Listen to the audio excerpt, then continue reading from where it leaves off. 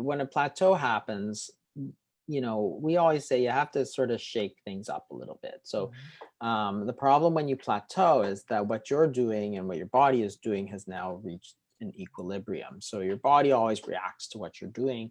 That is the normal process of homeostasis. That is, if you adjust something, your body adjusts differently. So just like if you go into a concert and it's really really loud, right? But you get used to it after a little bit, or you go into a dark room, it gets you get used to it, and then you go into the sunlight, it's like, whoa, it's so bright. So your body is always adjusting, and that happens for everything. So it happens if you change your diet too, right? You can change into a really good diet, you can still plateau. I mean, we all know that, right? You eat what you think is a great diet, or and it's doing great, and then you plateau. So same thing with the fasting, it can happen as well. So in that case, there's sort of several ways that you can go. You can either just continue and hope that things will get better. And sometimes it does. I don't say that it always does, but sometimes it does. But generally, we would ask people to sort of change things up. And there's several different sort of levers that you can change. So one is you can change the foods that you eat, or you can change your sort of fasting style. And that's to us, it's usually the fasting that gets the change. I mean, sometimes it's easier. That's all.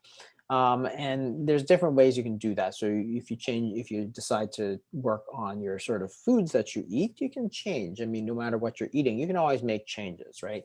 And generally, that is enough to shake it up. And it's not to say that one diet, like there's certain general rules, but there's lots of different diets out there. You can go carnivore, or you can go vegan, or there's different ways. You can go paleo, or you can cut out other things, cut out dairy or something like that. And sometimes these are triggers for people. So the point is that not one diet is always good for everybody. So one person, and this is part of the problem with these sort of people who get into these arguments about diet, is that one person says, well, I'm doing this and it's working so good for me, therefore it must do good for everybody. But that's not true. So a low fat diet does work in a lot of people, and a low carb diet does work in a lot of other people. But you get these people who say, well, I did low fat and I did well, so therefore low fat must be good for everybody. But that's not true. Like, that's good for you. And if it's good for you, go ahead. I don't really care. What I want to do is try and find what's good for somebody else. Or you could switch and do low carb, or you can do high protein, or you can do low fat, or you can do, there's like literally hundreds of different diets out there. So you could change one of those, and maybe it does better for you. Maybe a low fat diet does better for a little bit, and you could change it for a little bit. That's just from a purely pragmatic standpoint. So therefore, you can change the way that you fast, and you can either change it by the way you time it. So instead of going, say you do a one meal a day and you go dinner to dinner, well, you can go breakfast to breakfast. I mean, that's a perfectly legitimate switch, and it's still a 24-hour fast.